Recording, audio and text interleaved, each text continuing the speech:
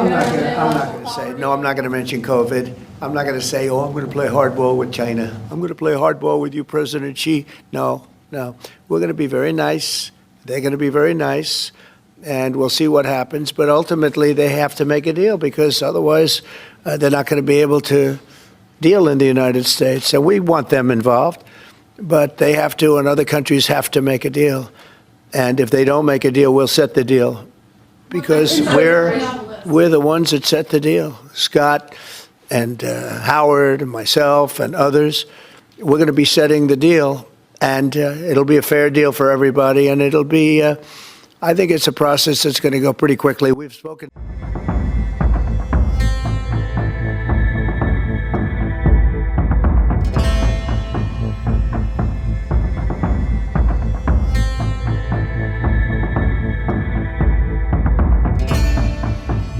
Going down, not going up. One of the big things is energy is going down. I see that we had a couple of states where gasoline was at $1.98. So earlier today, Treasury Secretary Dustin suggested that with tariff rates as high as they are now, it's effectively an embargo of trade between the United States and China. Do you see it that way? That's true. 145% is very high, and it won't be that high. It's not going to be that high.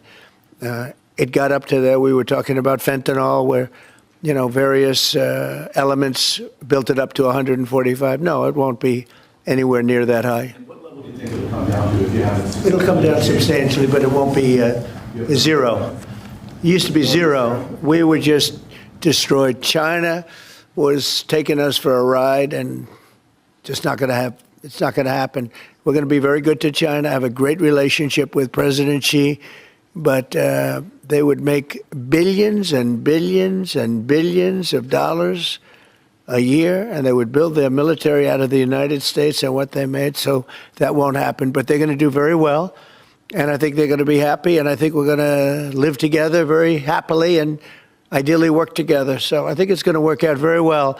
But no, it's at 145%. There will not be anywhere near that number. They're coming in at levels that nobody's ever seen before, as you know.